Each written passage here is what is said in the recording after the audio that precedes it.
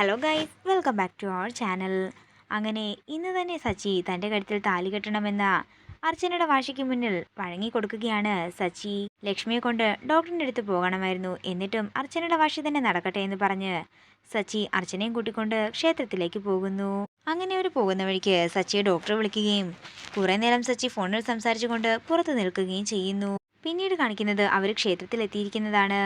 ധൃതി പിടിച്ചുകൊണ്ട് സച്ചിയും കൊണ്ട് അച്ഛൻ അകത്തേക്ക് കയറാൻ ഒരുങ്ങുമ്പോൾ പുറത്തേക്ക് വരുന്ന തിരുമേനി പറയുകയാണ്, നട അടച്ചല്ലോ, നിങ്ങൾ അല്പം വൈകിപ്പോയി.